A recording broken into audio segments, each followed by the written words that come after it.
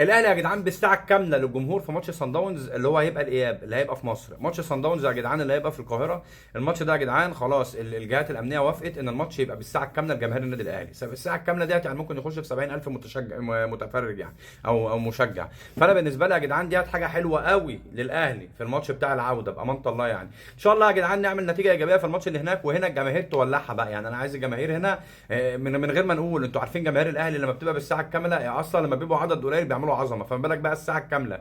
انت فاهم القصه؟ فالمدرج كله هيبقى مقفول على اخره بسبب جماهير النادي الاهلي. رجاله الاهلي بقى، لعيبه الاهلي، عايز اقول لك ان الجماهير ديت على طول بتحرك الصخر. بس احنا مش عارفين بقى الصخر ده كان ايام ابو تريكه، ولا عندكم صخر برضو، ولا نجيب لكم ملبن، ولا انا مش فاهم. يعني جماهير الاهلي ديت متعوده انها بتحرك الصخر. الصخر ده احنا متعودين بنقول الكلمه ديت من ايام جيل ابو تريكه ومن ايام جيل الناس اللي هي كانت جامده قوي دي. انا مش عارف بقى انتوا ماشيه معاكم، جاي معاكم بصخر ولا جاي معاكم بملبن؟ لو مع الملبن اردم يا اسطى بكحك وكل او البس، انا بالنسبه لي ما عنديش مشكله. بس الماتش ده يا قاتل يا مقتول، لازم نصعد.